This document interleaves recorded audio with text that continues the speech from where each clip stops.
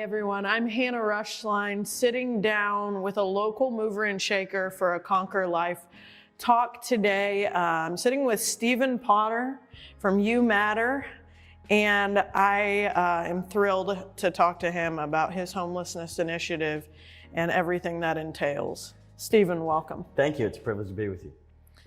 Stephen, go ahead and give us, if you will, a little bit of an about me. Okay. Bio rundown. Well, a lot of passion projects start with people that have gone through the circumstance itself. So for me, I was actually a young adult. I was a 16-year-old homeless vagabond. I left home at 16 and ran into things that I don't think kids should have to. And I really got for myself, I went from homeless to a homeowner by about the time I was 23. And I was the one who figured it all out. So like nobody taught me about money and nobody taught me about the things that we don't teach each other about, right? And I remember I was signing the dotted line on my first home, and I was like, these idiots are gonna give me money. But I just remember signing my name, and it was the first time in my life that my name mattered.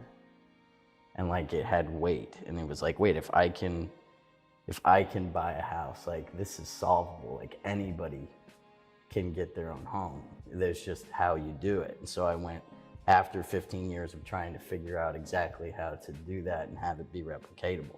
And so our initiative is around ending young adult and teen homelessness in 2 generations. Because if I do it, like, I know we hear that a lot, like, oh, I did it, but like really, there's a way that money works and we really can solve it. You kind of touched on it, but now let's get into You Matter itself. Mm-hmm. Was that created by you in the past 5 years since you've been here in Chicago, or did you have that going previously? No, it has actually been born and raised here in Chicago in the last 2 years. So during COVID then? Correct. Rad. I was already doing research around the statistics in Chicago for homelessness. I knew when the pandemic hit that it was just gonna get worse. And so I called a group of my constituents November of 2020, and I said, we gotta move because in 2 years it's gonna be essential, and here we are. And you were talking about a personal experience that led to you creating this and you encountering homelessness on your own.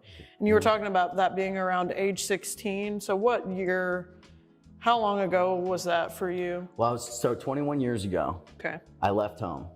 And then I ran the streets off and on and dealt with drugs and violence and sex trade and all that stuff until about 21 off and on. And I got out of it in many regards in the restaurant industry, which is something that a lot of our Chicagoans weren't able to rely on during the pandemic. So one of the ways that we got out of poverty was restaurants, and then the restaurants got hit. So about 21 years ago. So I got my GED the week of my 16th birthday, and I was already working Pizza Hut, $6.55 an hour at that point. So gas was 94 cents a gallon? I'm telling you, yeah, $1.03, I think, near somewhere in there. But 98 cents for me when I first got a car, so that should just tell you. Yeah, a little bit. I love that. Let's talk a little bit then about, what it's like when you are experiencing homelessness as far as, like what survival mode looks and feels like when experienced full time. I gotta tell you, homeless people are some of the most industrious geniuses on the planet. We really need to, and this is part of the initiative, because you gotta work around everything. You gotta work around the system, you gotta work around yourself, you gotta work around any physical issues you may have, mental issues you may have, substance issues you may have, if you're committed to actually getting out of it. But as far as the day-to-day, it's like I was a workhorse. I worked between 1 and 3 jobs. I would sleep anywhere. I owned my own car. I paid cash for it because I was a hustler. So if I was hanging with people that did drugs, I did drugs. If I was hanging with people that drank, I drank. If I was hanging with people that were in hotels, I was in hotels. It's like you become anything you need to be or anyone you need to be. Sleep with anyone you need to sleep with. Do whatever you need to do. I used to say that the way to make sure you're in a warm bed is to find a warm bed to be in. Yeah. And it was, you know, you lose your sense of pride. They say, well, what about the lifers? Well, there's about 35% that are lifers. Lifer chronic homelessness are people that either are too mentally unfit and they don't get the help they need. Like they're either on serious heavy drugs and are too out of touch with reality to deal with it. Or you have people like a buddy of mine, one of the most prolific artists I've ever seen on the planet. He's been in magazines, this guy. And he prides himself on the fact that he won't work for the man. And so he sells his art and he's a squatter, like professionally. And when he has money, he buys hotel rooms. And when he doesn't, he sleeps wherever he wants to. So there are those people, but they're not the typical people. But most of the kids my age, we didn't want to be there. You know, nobody wants to be in a cockroach-infested crack house, like, for fun.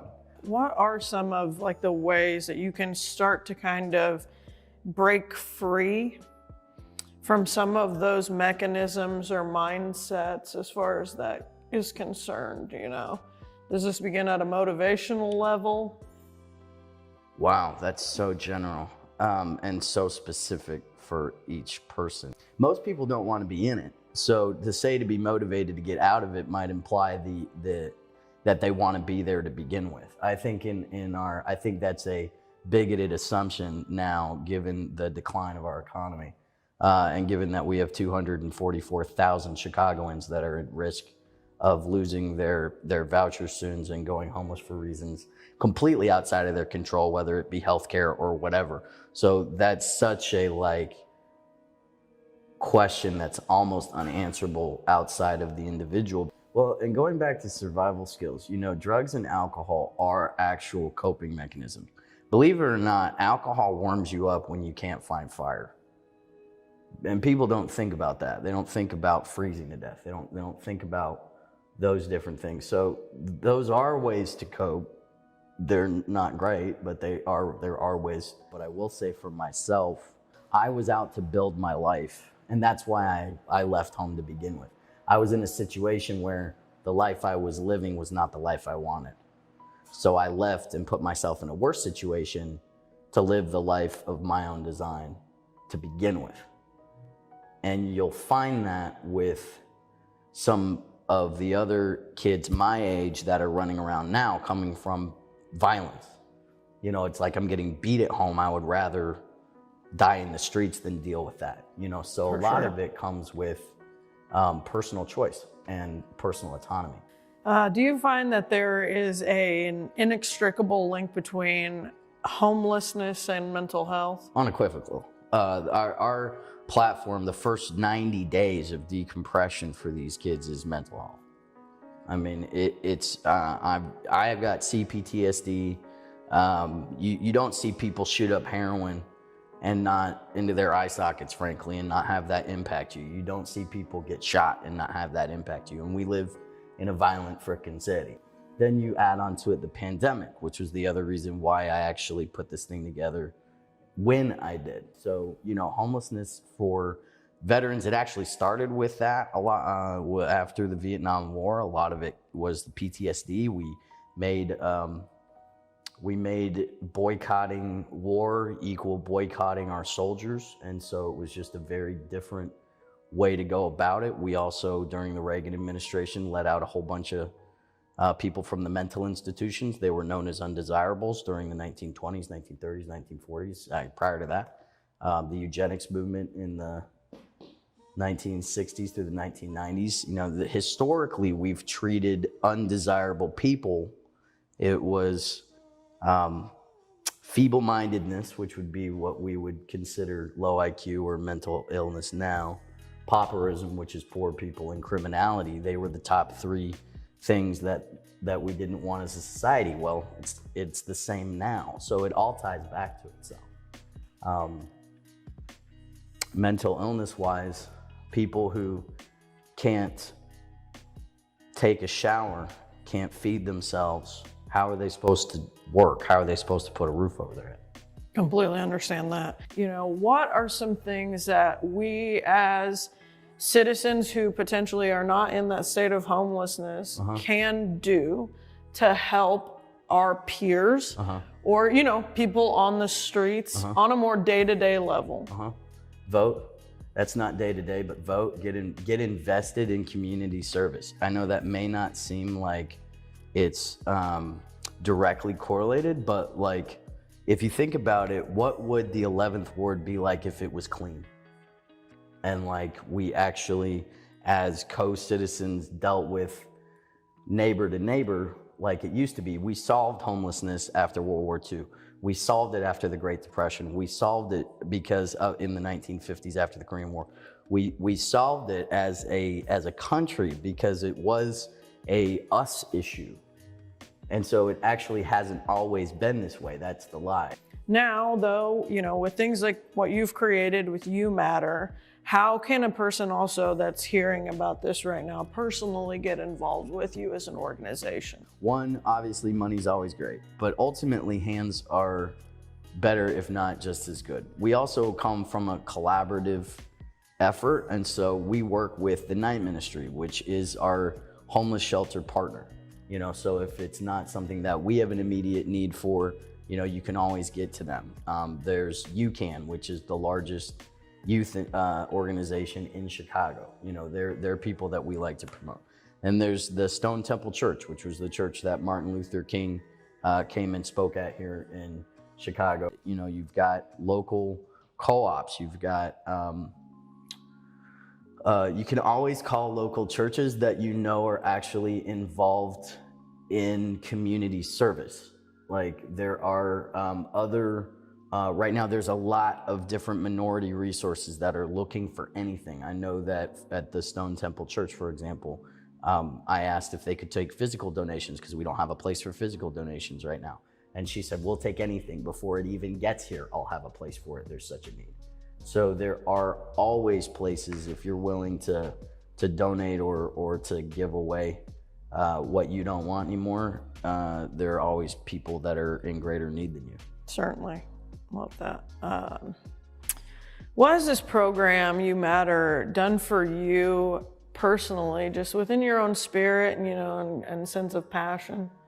It has all my literal and physical scars be worth it. It's like if I know that one kid doesn't have to sleep with a 50-year-old person, one night, or turn out their soul because they think that they don't matter, then it, for me, is like, okay. Also, now with that said, with You Matter, what are some goals that you have personally and professionally with the organization, or places you'd like to see this in the future? Well, we actually have built it as a franchising model on purpose. If the right mix is available in any city, I can get it done. It starts with education, and then it goes into it starts really with community synergy. Then it goes into the education piece and mental health. And then you get a building, and you can get that done. And we can get that done in any major city. I want to see us in every state minimally in the next decade. But definitely here in Chicago, building a presence. There's such a need for it, which is why Chicago was the first city that I chose to do it in, not just because I'm here, but because of like what's available as a result. Absolutely.